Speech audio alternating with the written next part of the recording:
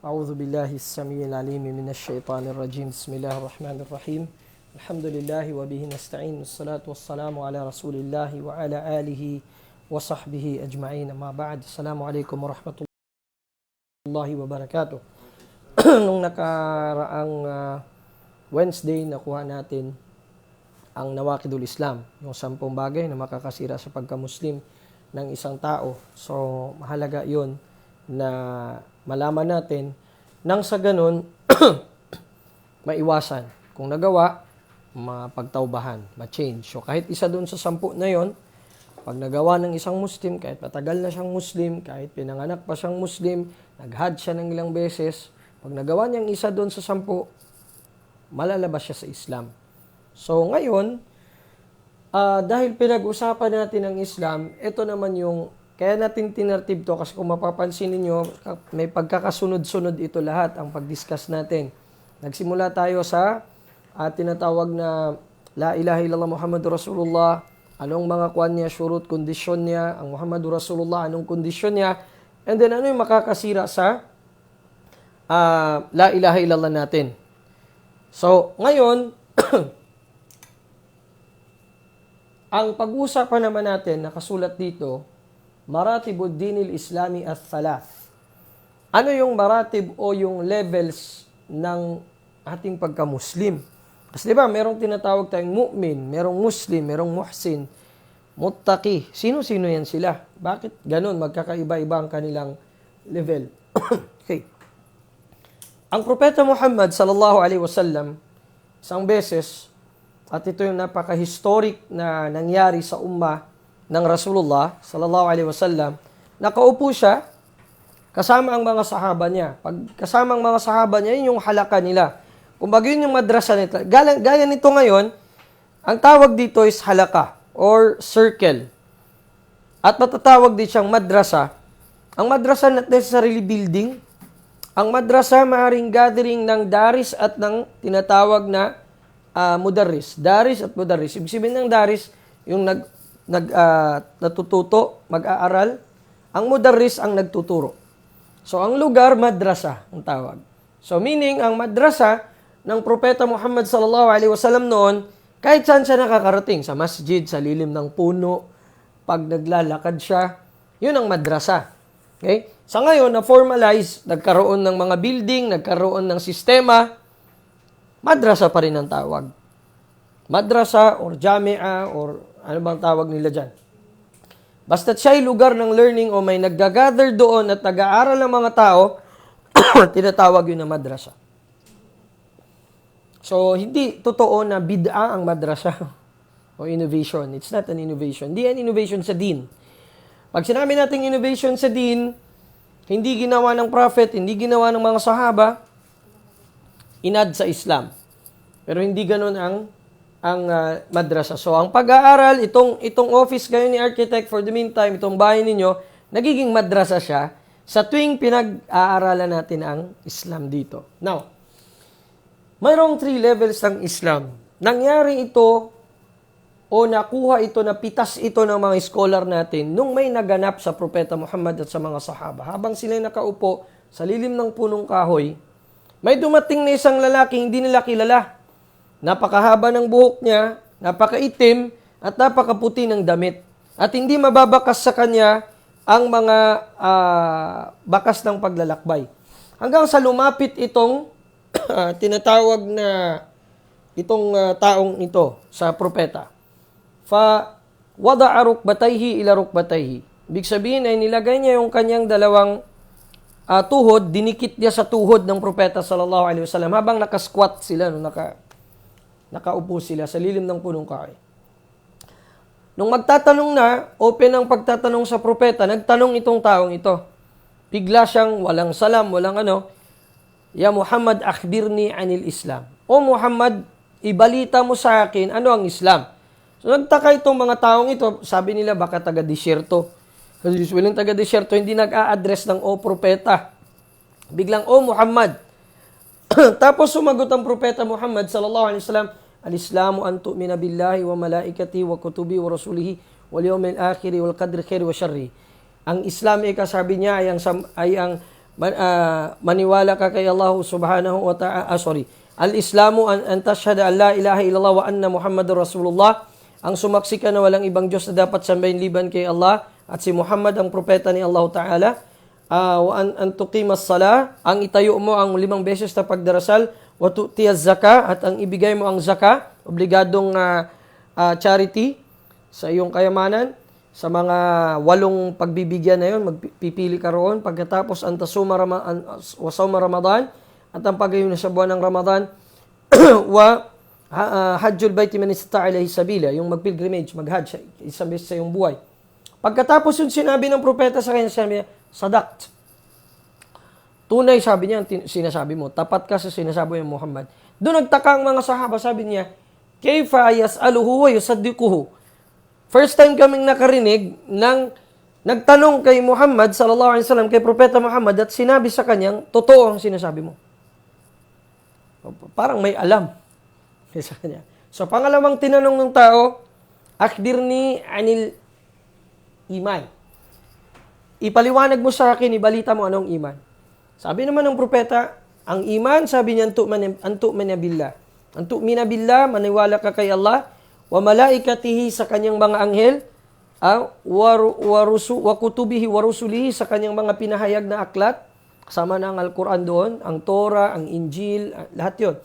Tapos, wa rusulihi at ang kanyang mga sugo, antu'mina wal yawmil akhir, at ang araw ng paghukom, at ang kapalaran maging mabuti man ito masama. Pagkatapos doon, sinabi niya ulit, sadaqt, totoo ang sinabi mo. Nagtaka na naman ang mga sahaba, bakit niya sinasabi tuwing magtatanong siya? Paano siya magsasabing sadaqt? Hanggang sa pangatlo, nagtanong siya, akhbirni anil ihsan. Ipahayag mo sa akin, Muhammad, ano ba yung ihsan? So sumagot ang Nabi, sabi niya, an ta'budallaha ka'annaka tarahu wa illam takun tarahu fa innahu yarak. Ito yung pagsamba o sasambahin mo ang Diyos na para bang nakikita mo siya, pero ang totoo hindi mo siya nakikita sa mundong ito, pero ikaw ang nakikita niya. Tapos ulit sabi sa sadaqt. Totoo sinabi mo. Hanggang sa sinabi niya, ya Muhammad, akhbirni anis sa'a. Ibalita mo sa akin, kailan ang araw ng paghukom? Anong sinabi ng propeta?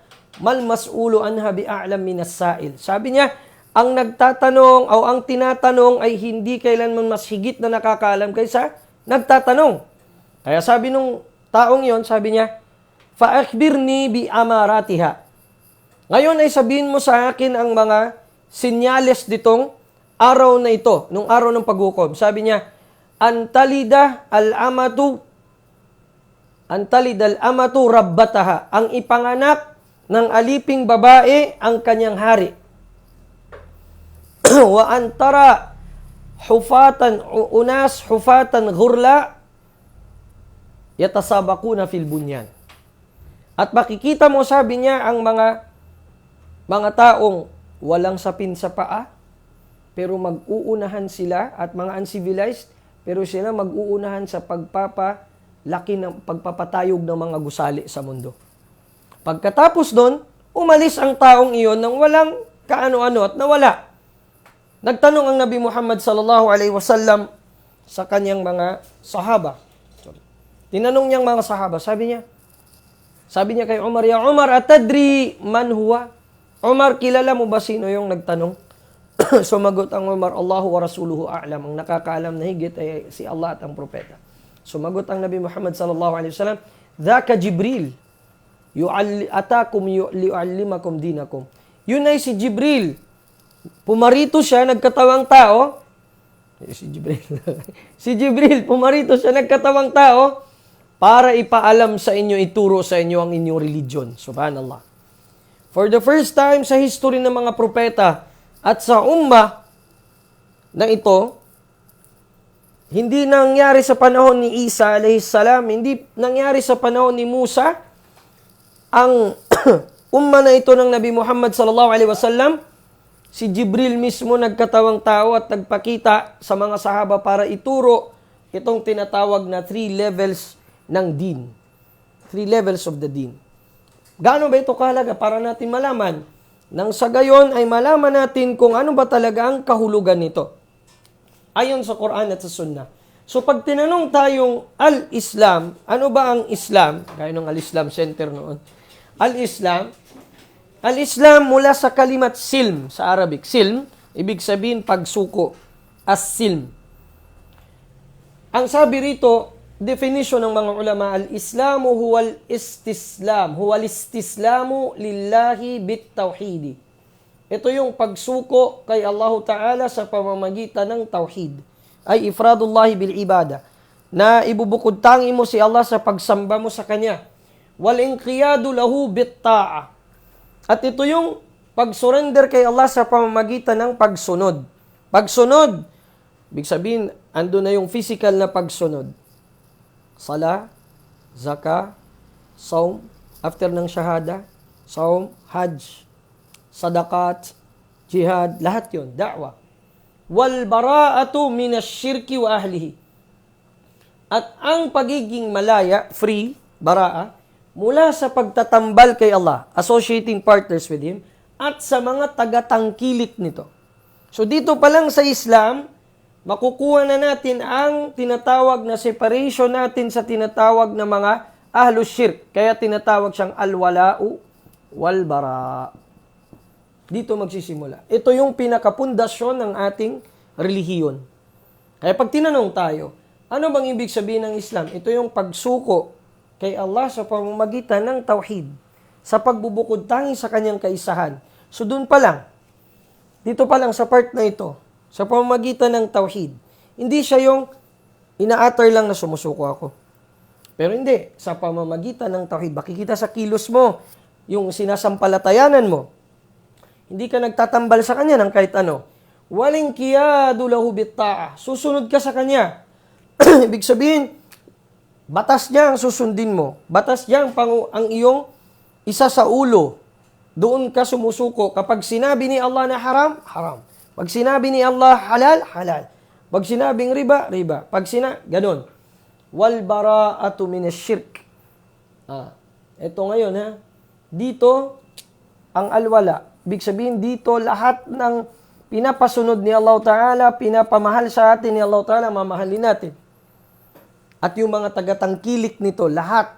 Kahit di mo kapatid sa dugo, basta't kapatid mo siya sa tauhid, at pagsunod kay Allah sa ta'a, kapatid mo siya. Kapatid mo siya, mas mabigat sa dugo.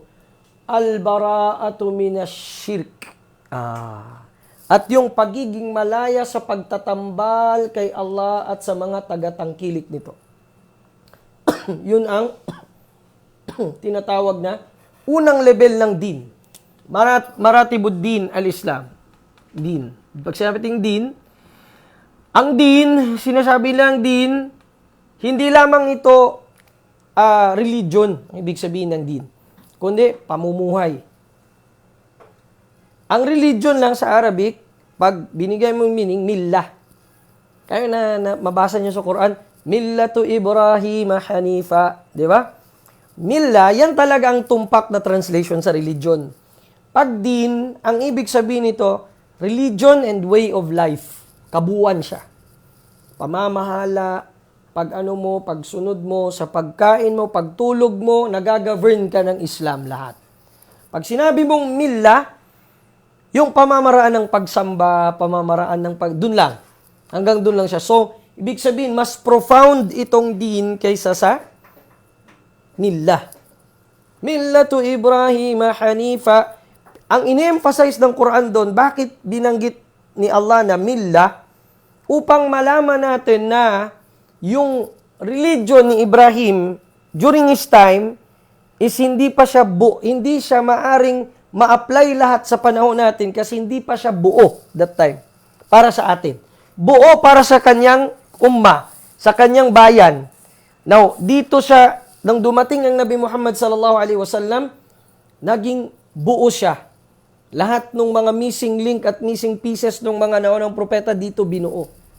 Kaya sabi ng propeta sallallahu alaihi wasallam, sabi niya, al-anbiya, ang mga propeta, sabi niya,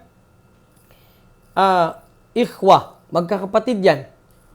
Wa in ikhtalafat ummahatuhum. Kahit nagkakaiba-iba yung mga nanay nila. Nanay ni Isa si Maryam, nanay ni Nabi Muhammad si Amina, nanay ni Musa si ganito, nanay ni Pero magkakapatid sila saan? Sa tauhid. Kaya once na yumakap ang isang tao sa Islam, o isabuhay niya ang Islam, kapatid niya pati ang mga propeta. Kapatid niya pati ang mga syuhada, ang mga salihin, yung mga nauna. Kasi ito ang pagkakakilanlan natin, itong identification natin, itong tauhid na ito. Kaya kung masira, hindi tayo kikilalanin. Kung masira siya. Wal inqiyadu lahu bitawal bara'atu minasyirki wa ahlihi. Taib. Ang mga Aarabi o Arab, yung mga tinatawag na mga nasa disyerto na lumaki na mga Arab sa time ng propeta, nomads ba yun? Bedouin Arabs. Sabi nila, nag-iman na kami, tumaas na yung aming pananampalataya. Sabi ni Allah Ta'ala sa suratul Hujurat, chapter Hujurat, sabi niya, وَقَالَتِ الْأَعْرَابُ آمَنَّا. At sinabi ng Bedouin Arabs, naniniwala kami, may iman na kami. Sabi ni Allah sa kanila, Kul, lam tu'minu. Hindi nyo pa naabot ang iman. Walakin kulu aslamna. Walam mayadkhulil imanu fi qulubikum. Sabi niya, hindi pa kayo mu'min. Kayo ay Muslim. Hindi pa tumaas ang pananampalataya ninyo. Ang sinabi nyo lang, sumurrender na kayo, sumuko na kayo. Pero hindi pa pinasok ng mataas na pananampalataya ang mga puso ninyo. Ano ibig sabihin doon? Ibig bang sabihin ng Muslim ay ang mu'min ang Muslim? Paano yan?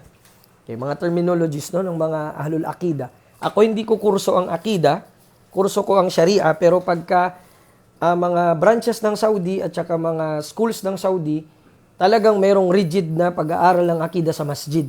Yan sa amin, hindi sa classroom kasi minor subject namin. Kaya anong pagkakaiba ng dalawa? Mga technical terms. Muslim, mu'min. Okay. Pwede ba nating sabihin, ako ay Muslim, hindi mu'min? Pwede ba? Or pwede ba sabihin, ako ay mu'min at hindi lang ako Muslim? Ano ba yun? Halimbawa, yung sahabi, nagtanong sa Nabi Muhammad, mag-ano tayo ng puzzle konti.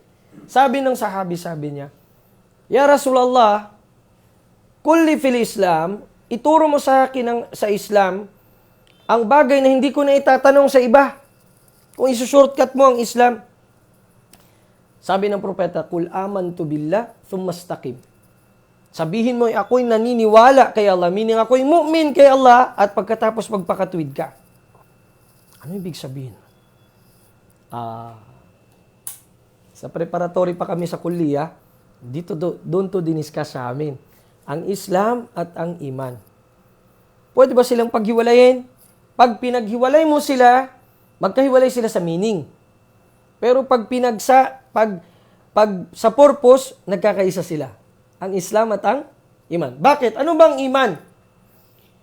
Ito na yung sumagot na si Jibril alayhi salam. Si Jibril, pangalan. Sabi ng kitab, huwa ma dalla alayhi al-kitabu was-sunnah wa ijma'us salaf. Ito daw yung tinuturo, pinapagtibay ng Quran at ng Hadith at pinag-ikakaisahan ng mga sahaba, tabi'in at baut tabi'in. Sila yung mga sahaba, mga companions ng Prophet at sumunod sa yapak ng companions ng Prophet at yung apat na aimah, yung madahib.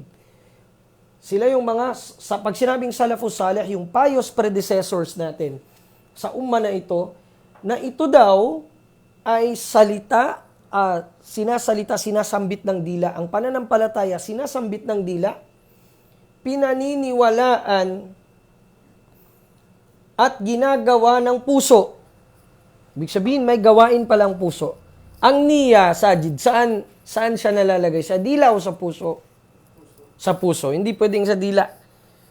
Kaya nga yung mga ninuno natin noon, yun din ang naabot nila. Pero wag na nating pamarisan. Pag nagsala tayo, hindi na dapat sinasabi ng dila, o sali, ako ay magsasala ng 4 na rakaat. Kasi, ang niya, gawain ng puso. Pag duhur na, Allahu Akbar, adhan ng tanghali. Alam mo na yun, oy, tanghali, duhur na. So, alam mo na sa sarili mo, na ang isasala mo ay duhur. Wa'tiqad, wa amalun bil janan, wa amalun bil jawarih. At gawain siya ng mga parte ng katawan, faculties natin. Kinikilos siya. Ngayon, yazidu bitta'a, umaakyat ang iman sa pamamagitan ng pagsunod. Bumababa siya kapag sinusuway natin si Allah. Magkaiba. Anong pagkakaiba nila? Ang Islam, hindi siya tataas, hindi siya bababa. Ang Islam walang pagtaas, walang pagbaba. Pag sinabi mong, bumababa ang pagka-Islam, pagka-Muslim ko, baka iman ang minimin mo. Kasi pag sinabi mong bumababa siya, lumalabas ka sa Islam. Samantala ang iman, hindi mo siya pwedeng, wala ka ng iman. Pag sinabi mo yon sa isang tao, wala ka ng iman, good as sinabi mo sa kanya, kafir ka na. Kasi ang taong mag-i-Islam, papasukan na siya ng iman, konti. Meron na. Kasi may basic knowledge na siya doon. Mag-i-increase ito sa pag-increase ng kaalaman niya at ng gawa niya. So meaning ko, nagko-coincide ang Islam, may kinalaman ang Islam sa iman at ang iman sa Islam. Kuha natin? So, ngayon, pwede mo bang sabihin, ako ay mu'min insyaallah? Pwede. Para maging malaya ka sa pagmamayabang. Ako'y mu'min insyaallah. Hindi ang niya mo doon na, mas may iman ako sa'yo. Hindi ganon. Subalit ang ano mo, ay pinagtitibay mo yung paniniwala mo sa 6 na articles ng faith. Ako ay Muslim, ang Islam kasi nakikita sa panlabas na gawa. Sa pagsasala mo, sa pagbibigay ng zaka, sa pag-aayuno mo, sa pag-hajj mo, sa dakat, sa mabuting ugali. Nakikita doon ang outwardly Islam. So, pwede ba nating sabihin na ang mu'min ay Muslim? Siyempre. Pero hindi natin pwedeng sabihin na lahat ng mga Muslimin ay mu'minin din automatic. Kasi ang iman, maaring may taong mataas ang iman niya ngayon, bukas, bababa. Pag nakagawa siya ng ano. Pero, dahil hindi siya steady, lahat tayo prone sa ganun. So, ang pinagbabawal lang ng ating relihiyon is sabihin natin na hindi talaga ako practicing Muslim. Huwag ganun. Kasi pag sinabi mong ganun, para bang sinasabi mo, hindi ka sumusuko sa pamamagitan ng tauhid. Maaring sabihin mo, may mga kagagawan ako na talagang pagkukulang ko kay Allah. Pero wag mong ilabas ang sarili mo sa circular ng Islam. Wag. Kapag sinabi mo yun, the moment na sinabi mo yun, parang ina-admit mo na nagmurtad na ako. Ito yung mali ng iba. Akala kasi nila, yung namumutaw, example, meron tayong makita na kapatid, hindi naghihijab. Pwede ba natin sabihin sa kanya, hindi ka Muslim? Mahirap yun. Kasi maaring hindi siya naghihijab, pero naniniwala siyang wajib ang hijab. Kaso nga lang, hindi niya pa kayang maghijab kasi sa hina pa ng alam niya, sa baba pa ng alam niya at hina ng iman niya. Pero, kung naghihijab na siya, tapos tinanong mo, ano bang hukom ng hijab? Naghihijab na talaga siya. Ay, kultura lang ito. Nako, yun ang delikado. Kung alam niya na hindi ito kultura lang, subalit ito ay utos ni Allah, tapos dininay niya, makakalabas siya sa Islam nun. Kasi anything na pinagkaisahan by consensus ng mga scholars, consensus ng mga sahaba o mga companions ng prophet at dininay mo ang authenticity nun at yung pagiging legal noon sa batas ni Allah, automatic makalabas ka ng Islam. Liban lang doon sa hindi nagkakaisang ummah sa mga bagay usapin ng yung bang mga branches ng faith. Pagpapalakas ng basmala, paghina ng basmala. Hindi nagkakaisang diyan. Ang buong ummah may ganito, may madhab sa ganito. Pero itong mga to, fundamentals ito eh. Gaya ng hijab, gaya ng So hindi mo pa bilang Muslim, maging maingat tayo sa dila natin na mahusgahan natin o malabel natin ang kapatid na nakalabas sa Islam. Agad-agad. May mga agad-agad. Maaring mayroong umiinom siya ng alak. Muslim, tausog, Maguindanao, magbismillah pa siya sa alak niya. Oo, totoo. Doon may isang community dito, halos 1 taon kami nakatira doon. Jumu'ah. Bumili ng Red Horse sa tindahan, nagbismillah. Akala ko, nagtatausog, kagaya ko, nagsasalita siya, tausog talaga. As in fuel. Pero, yun na nga, kasi jahil siya, hindi niya alam Ano yung ginagawa niya? Nadala siya ng nafs niya. Pag tinanong ko man siya, sabi ko, sumambayan ka o Jumaat? Sabi ko, magsala ka ba ng Juma sa masjid? Oo, sabi niya, oo, sabi niya. Ito sabi niya, pangalis lang ng nervyos. So, hindi ba tayo, agad-agad ba natin siya sasabihin, makalabas siya ng Islam? Hindi natin masabi sa kanya. Hindi tayo nagiging lenient para sabihin sa mga tao na, sige, magbisyo na lang kayo. Hindi ganun. Pero pinapaluwag natin yan kasi open pa naman ang doors ng tauba. Pari pang pagtaubang tao. Huwag nating minsan, tayo mismong nakaka-drive away sa mga kapatid natin sa Islam. How much more sa non-Muslim? May mga kapatid tayo sa Islam, mahina yung pananampalataya kasi mababa yung alam ba at yung practice, yung environment, i-consider mo yun lahat. Minsan makikita mo sila, masakit sa atin, lalo pag nagsasala tayo, hindi sumasabay magsala, ba't hindi sumasabay ito magsala sa amin? Andun lang siya, nakaupo lang siyang ganun sa corner. Pero pag tinanong mo, teka bro, ano ba sa'yo ang sala? Sabi niya, wajib talaga yan, syempre. Naniniwala man ako dyan, architect, pero hindi pa talaga kaya ng kwan ko. Meron pa ako kasing something sa akin. Oh, may ganun siya. So, hindi mo siya pwedeng sabihin, hoy, kafir ka na. Bakit hindi nagsala? Mahirap yun. Pero sabihin, ipa-remind mo lang siya, naku, delikado pag namatay ka sa kanyang kalagayan, questionable ka kay Allah. Yun ang mas mainam na sabihin. Kasi hindi pa natin alam. Tayo, kung katapusan natin, sigurado na natin. Kasi, kahit siguro hindi na tayo magsala. Itong mga bagay na ito, hinaid sa atin, tinago ni Allah para magsumikap tayong lahat at hindi maghusgahan sa isa't isa. Yan yun. Humuhusga tayo ayon sa ekwilibryo sa timbangan ng Quran at ng Hadith. Hindi sa sarili nating bil'ain, gaganunin natin, tuturuin natin. Yan, mga kafir na yan. Ako. Kaya nga, nauulit ko lagi sa lecture. Kahit nung nagtopic ako ng talak doon sa Nabintad. Kasi, may mga ibang kalalakihan, halimbawa, moro talaga yung mga parents ng babae, tapos gusto nilang pakasalan yung anak, tapos hindi daw nagsasala ang tatay, mawala na daw ang pagkawali. Naku, delikado. Mas malaking kaguluhan ang mangyayari. Kasi pag sinabi mong aalisin natin ang pagkawali niya dahil hindi siya nagsasala, nag-iiwan, automatic ha, hindi mo naman tinanong. Hindi tinanong ng imam, ng ustad, Bapa, dato, ano bang tingin mo sa sala? Bakit jumu'a ka lang magsala? Baka mamayang sagot niya, kasi ito na yung inano ng ninuno namin. Kabal ng ninuno namin. O ibig sabihin, ignorante siya. Kung tinanong mo naman siya, Bapa, magsaba ka na magsala sa amin. Oo, kayo na muna kasi ito talagang napso ko, hindi ko pa makaya. So, hindi mo pa siya pwedeng alisin sa pagkawali niya, sa pagiging guardian niya. Kasi hindi niya dinideny ang pagiging wajib ng sala. Kaso lang, yung sarili niya, hindi niya nasusunod kung anong utos ni Allah. Napakaraming Muslim mailalabas natin sa Islam kung sa isa lang na gawain nilang maksiya sa kanilang pagsuway na hindi naman by utterance, by tawag dito sa kanilang dila at sa kanilang puso, sinasabi nilang halal na ito sa akin. Halal na sa akin ang uminom ng alak. Hindi na naman sinabing gano'n.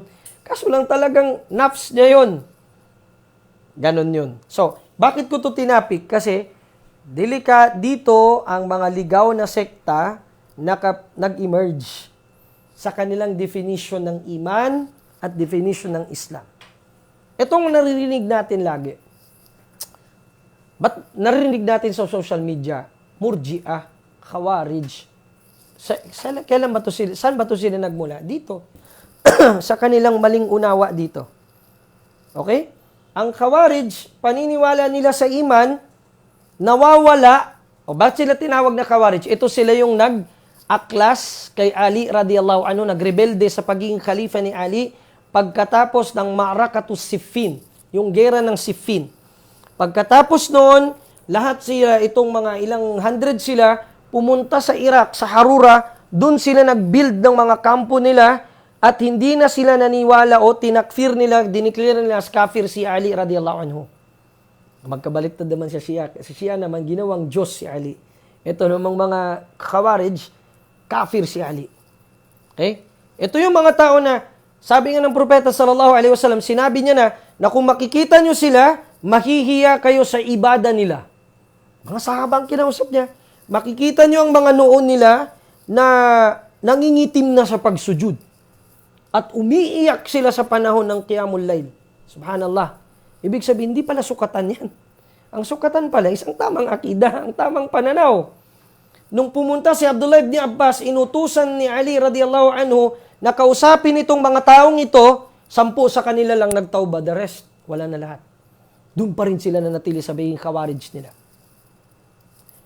Ang tingin ng Khawarij, kapag ikaw ay nagkaroon ng malaking kasalanan, nakagawa ka, halimbawa ng malaking pagkakasala, waliyadu billah, zina man yan, o pag-inom ng alak, o yung automatic, labas ka ng Islam.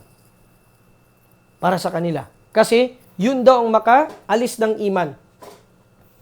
Ini-interpret nila ang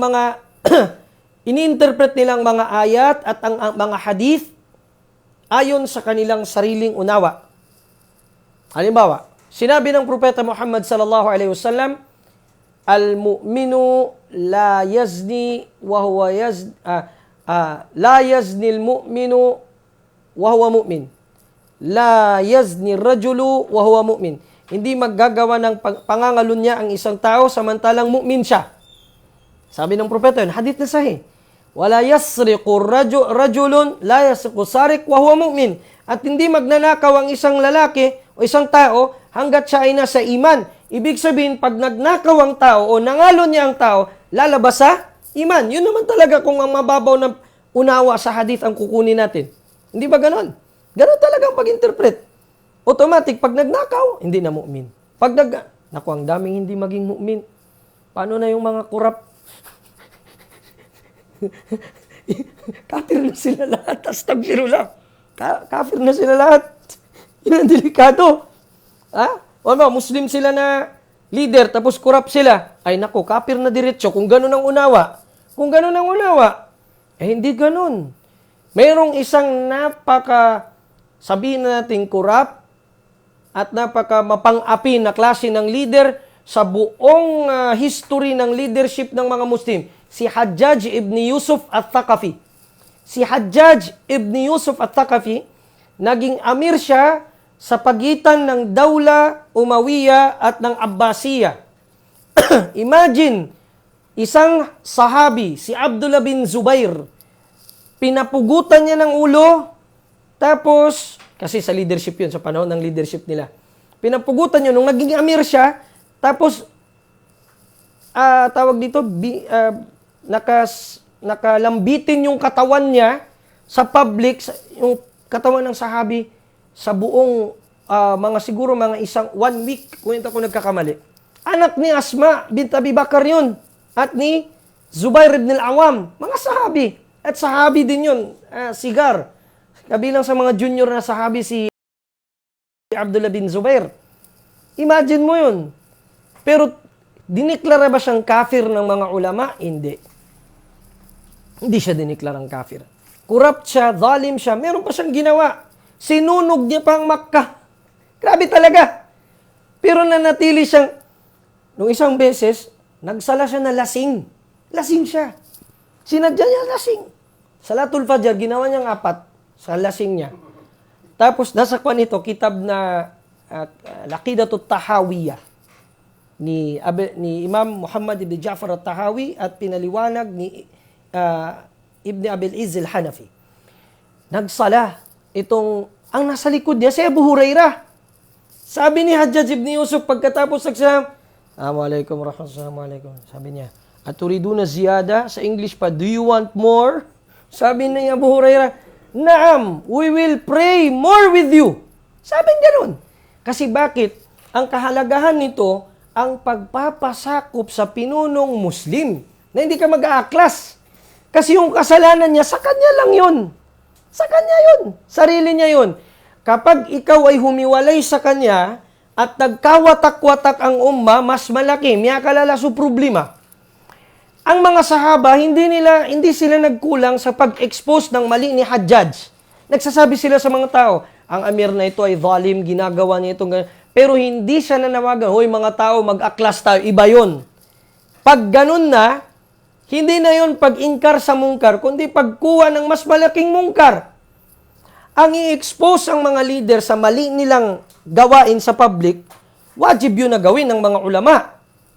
Pero ang manawagan sa mga tao na mag-aklas na tayo laban sa leader na ito, gumawa na tama, hindi pwede yun. Bawal yun. Pero ang sabihin na, mungkar, mo, nagsalita siya ng, di ko na pangalanan, may isang leader noon, world leader, na sinabi niya, pwede ba nating i-change yung Suratul Ma'idah? Kasi parang ang feeling natin ng mga Muslim, tayo lang ligtas. Tumayo yung isang alim, alhamdulillah, di niya naman kinulong, Dep. Tumayo, talaga, nagsalita. Sabi nung alim na yon, kahit ang Nabi Muhammad, wala siyang karapatan na baguhin ang Quran. Tayo pa kaya, sabi niya. Tayo pa ba? Babaguhin natin, iibahin natin ang Quran. Wala. Sabi niya,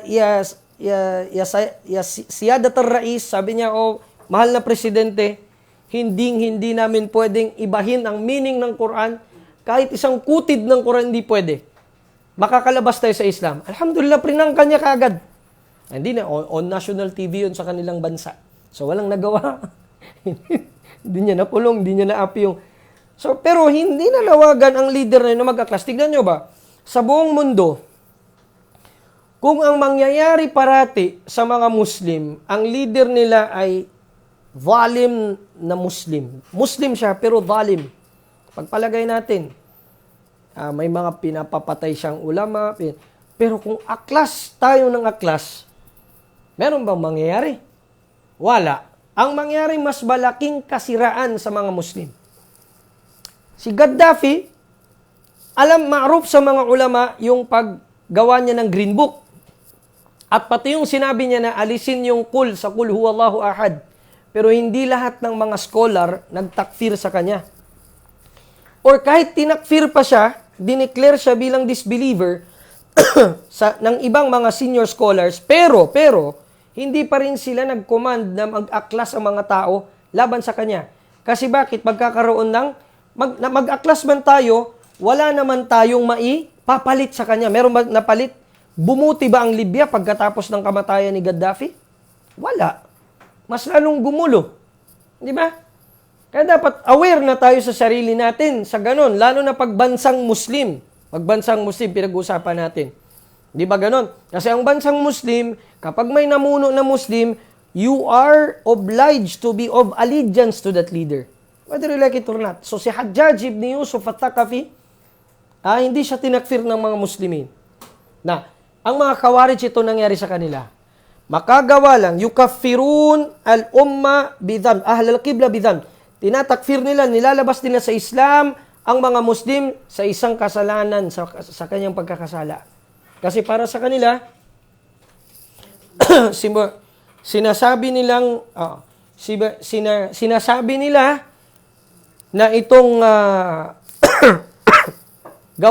itong mga gumagawa ng kasalanan, jazakallahu khairan, barakallahu fik. Itong gumagawa ng kasalanan, bismillah, nakakalabas naman agad-agad sa Islam. So, ang opposite naman nila, i-memorize niyo yung mga pangalan nila, Khawarij, ang opposite nila are called the Murji'ah. Ahlul Irja. From the word, ang Irja, from the word ta'khir. Irja. Ibig sabihin, i-delay. Ano yung pagdi-delay? Hindi nila i-declare naman na kafir, ang tinakfir naman ng Islam na clear-cut na kufur. Sample. Paniniwala nila, pag tayo, our deeds, itong gawain natin, do not affect our faith. Yung iman, may iman ka na. Yung iman mo dato is, hanggang steady yan. Steady kung so iman ng ka. Di ga apektuhan na galbok. Hindi daw na apektuhan ng gawa. So, kahit pa magkasala, kahit pa makagawa ng mga salungat sa Islam, gumagawa na, steady yung iman. Ito yung tinatawag ating Murji'ah. Delikado din ito. Kasi, mababangga niya yung sinasabi ng Islam. Wal bara'a minasyirki wa ahlihi. Kaya may mga lumalabas na nagpapakilala ng mga scholars, pero mga scholars, sinasabi ng scholars for dollars o scholars ng rulers. Kasi kung ano yung gusto ng rulers nila, yun din ang sasabihin nila. So, paano maging balanse yung methodology natin pala? Ito na, mamaya, ilalabas natin. Expose muna natin ito. Ang irja, ito yung sinabi na ng Islam na dapat takfir mo yan. Talagang kafir yan. Halimbawa, sinabi ni Allah, لَقَدْ كَفَرَ الَّذِينَ قَالُوا إِنَّ اللَّهَ ثَالِثُ ثَلَاثَةٍ. Tunay na nagkufur ang mga nagsabing si Allah ay kabilang sa Trinity. O Allah ang nagsabi sa Quran. So, ibig sabihin, kafir talaga. Huwag mong sabihin na, si Pope John Paul, hindi talaga yung namatay na kafir. Muslim yun. Si Dolphy, namatay na Muslim. Huwag ganun. Sobrang mabuting hinala. Kung ano yung nakikita, doon tayo. Kung yung ending niya doon talaga siya. Yun ang takfir na totoo. Yun ang takfir. So, ang paniniwala naman ng Murji'ah, hindi din siya makakapasok ng impyerno. Siya ay hanging. Ang Khawarij, forever ka sa impyerno. Isang kasalanan lang. Mawala ang pagka-Muslim mo. Kaya ganyan ang mga Khawarij. So paano natin mabalanse itong dalawa? Nasa gitna ka. Sabi ni Allah subhanahu wa ta'ala, وَكَذَلِكَ جَعَلْنَاكُمْ أُمَّةً وَسَطًا.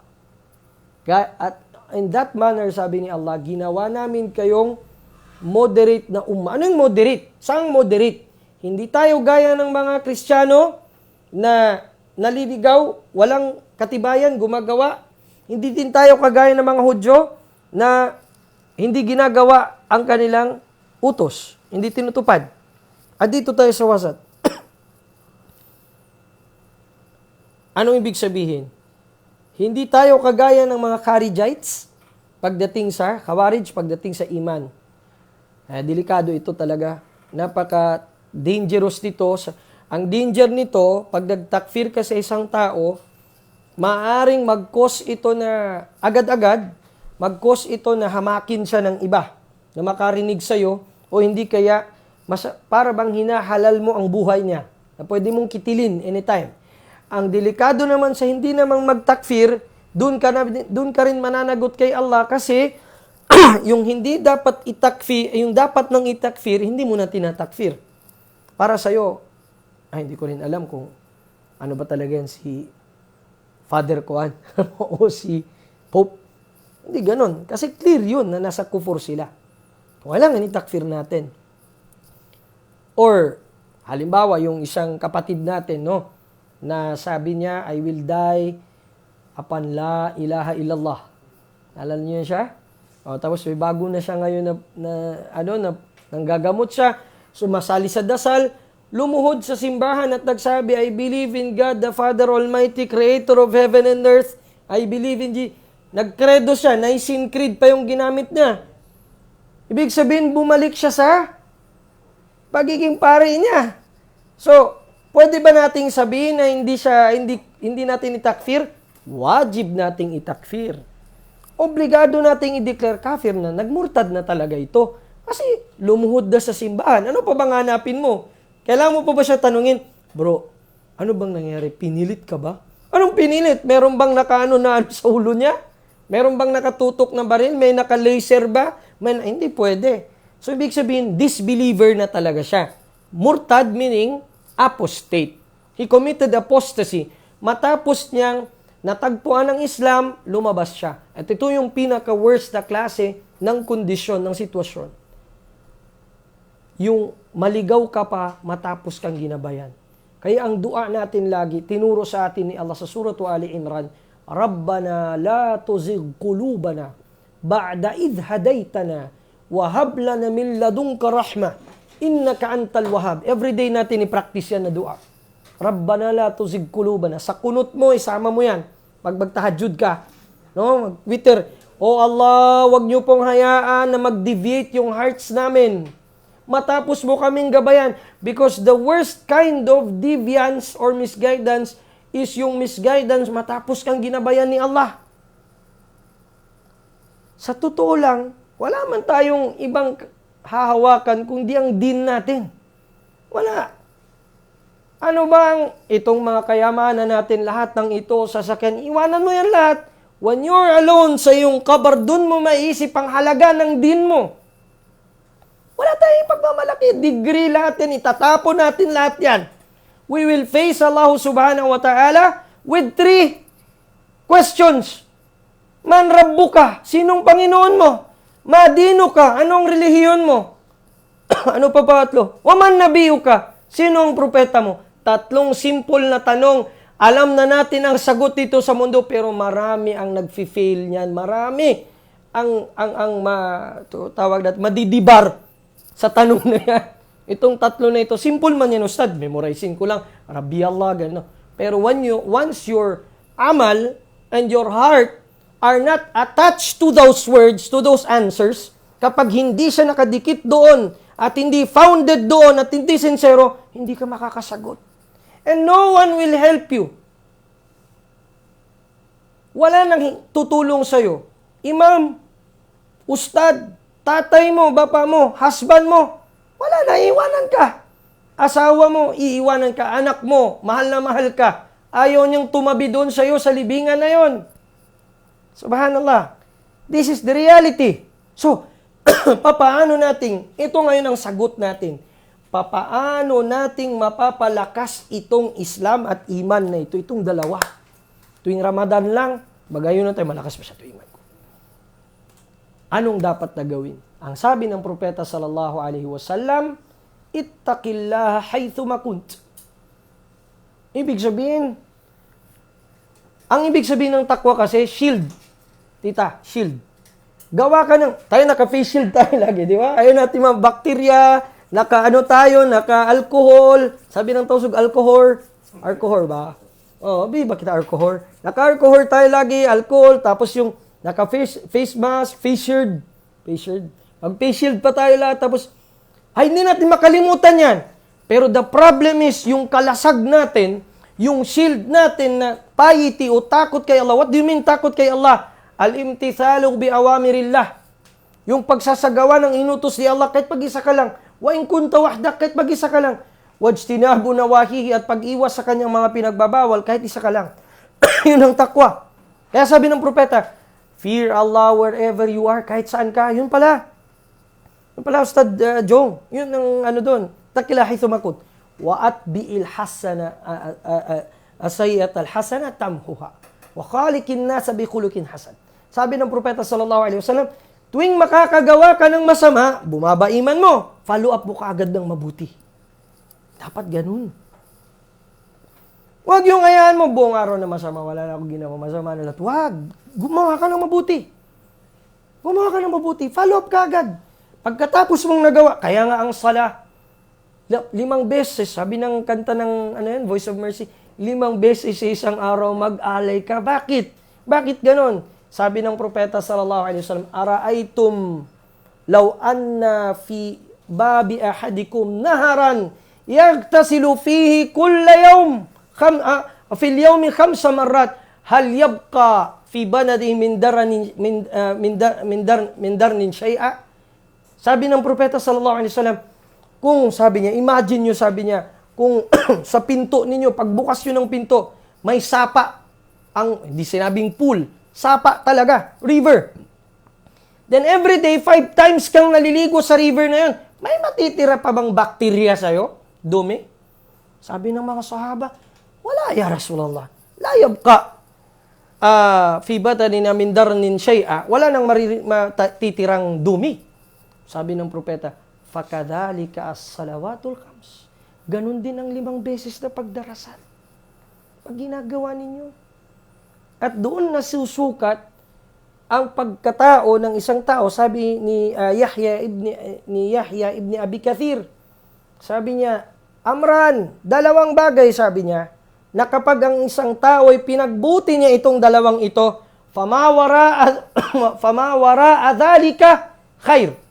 Ano mang nasa likod nito, after nito is kabutihan. Alin sabi niyang propeta sallallahu alaihi wasallam? Salatuk wa lisanuk. Hifaduk, sinabi ni Yahya ibn Abi Kathir pala, hifaduhu ala salatihi, yung pangangalaga niya sa sala niya at sa kanyang dila. 2. Na, Ibig sabihin noon, makikita mo yung tao, on time ba siya magsala, pagpapahalaga, yung bang pagdarating ang wakto ng sala, matataranta ba siya? Or kumpante lang siya? Habang nagtutugtog ng Just Give Me a Reason, gano'n lang siya, gano'n. Dahil yun sa baba at taas kasi ng iman natin, minsan. So, pag bumababa pa lang iman natin, kinakailangan gumawa tayo ng mabuti. Gawa tayo mabuti. Ano bang Ustad? Mahirap kasi Ustad maggawa ng mabuti, kailangan pero hindi kailangan. Ang paggiti mo, ang ngiti mo sa mukha mo, sa kapatid mo, kabutihan na yun. Kitaan mo yung brother mo. Assalamualaikum.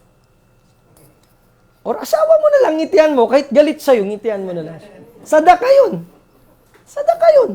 Totoo. Ngitian mo yung anak mo, kahit nakulit, cute mo. Sadaka yun.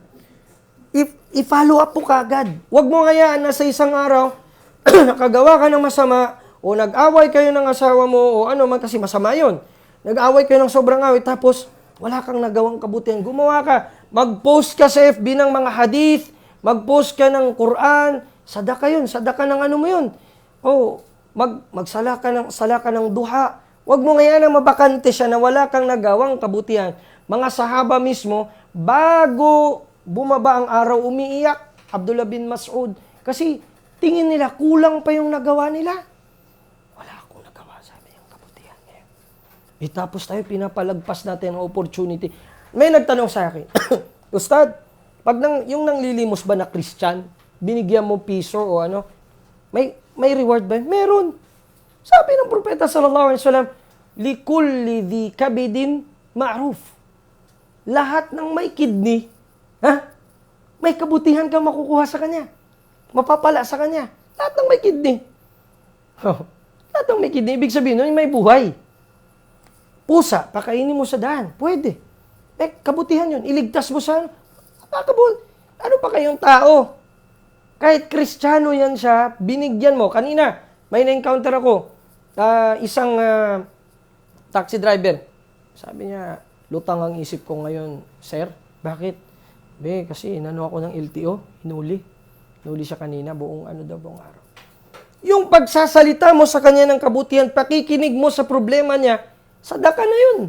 Hindi ka kailangan magbigay, hindi kailangan pera. Necessary pera ang sadaka. Pera, bonus na yun sa kanya. Lahat ng yun, wa'at bi'il sayyi'at al-hasanat tamhuha. Kasi yung mabuting gawa, buburahin niya yung masama. Panghuli, may lumapit sa Nabi Muhammad sallallahu alaihi wasallam. Ya Rasulullah, inni fa'altu bimra'a, nagawa ko sa isang babae ang isang gawaing kahindik-hindik sa paningin ni Allah. Hali min tauba, patatawarin pa ba ako ni Allah? Kung tayo siguro yun, wala ka na, ma-stone to death ka na, mapatay ka na, lahat na. Sabihin natin. Pero anong sabi ng Nabi? Hal sallayta ma'ana. Sabi niya, nagsala ka na ba kasama namin? Nagsala ka na ba ng jamaa kasama namin sa fard? Sabi niya, lama ya Rasulullah, hindi pa ya Rasulullah. Sabi ng propeta, salli ma'ana. Magsala ka kasama namin sa jamaa. Innal hasanat yudhibna sayyi'at. Dahil ang mabubuting gawa ay nabuburo niya ang masasamang gawa. Ganon ang ating pananampalataya. Ganon ang Islam. Ganon ka maintindihin, hanggat kaya pa natin, huwag nating ihuhulog kaagad sa butas ng impyerno ng tao. Takutin. Nandyan yan sa kitab at sa sunnah. Hanggat kaya pa, ang Muslim na yon, Muslim. Dahil nasa iman, nandyan na siya sa tauhid. Huwag mo siyang sisipain kung gusto niyang magtauba. Gaya din ng ikaw gusto mong patawarin ka ni Allah. Sabi ni Allah Ta'ala, وَلْيَعْفُوا وَلْيَصْفَحُوا. Maging mapagpatawad kayo at maging mapasensyahin. أَلَا تُحِبُّونَ أَن يَغْفِرَ اللَّهُ لَكُمْ. Ayaw niyo bang patawarin kayo ni Allah Subhanahu wa Ta'ala? Subhanallah. Ganun siya.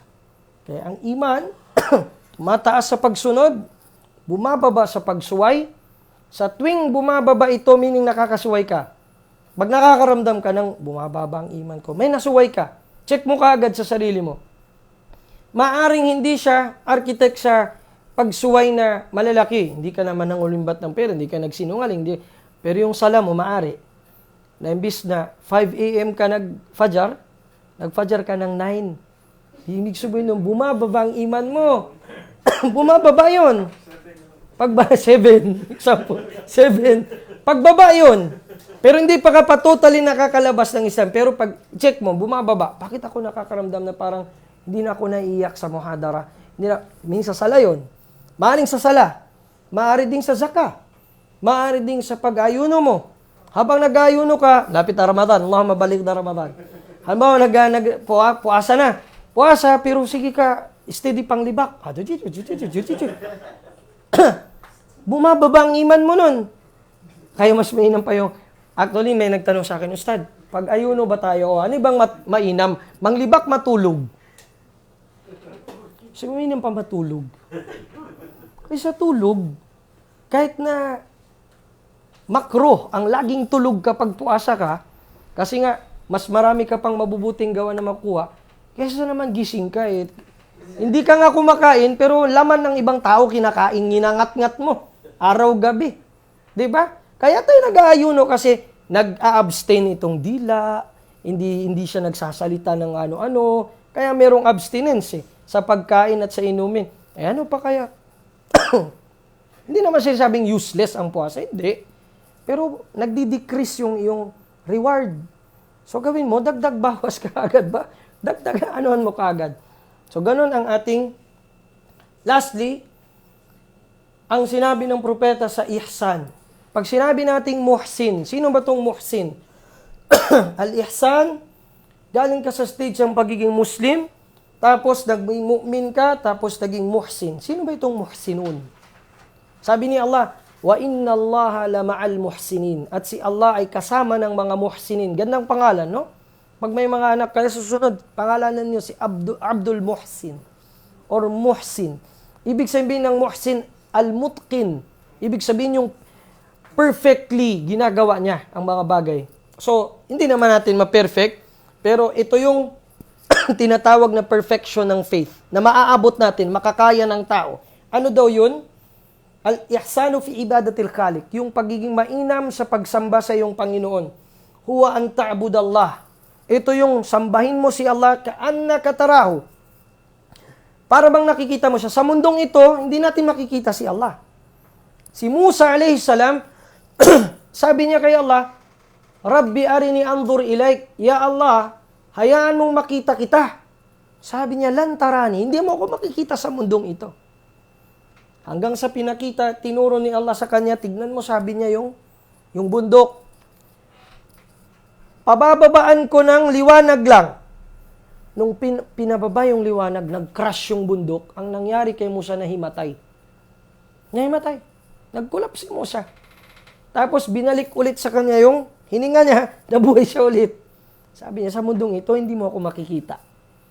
At yun ang aya, dalil na nang kinausap ni Allah si Musa, hindi niya nakita ang mukha ni Allah subhanahu wa ta'ala. Ganon din sa pag-mi'raj ng propeta sallallahu alaihi wasallam bittifaqi ahlil ilm. Ang mga ulama nagkakaisa doon na hindi niya nakita si Allah subhanahu wa ta'ala. Nakausap niya pero hindi niya nakita. Bakit? Kailan makikita? Ito na yun. Fa in lam takun tarahu, fa innahu yarak. Condition na hindi mo siya nakikita dito sa mundo pero nakikita ka niya.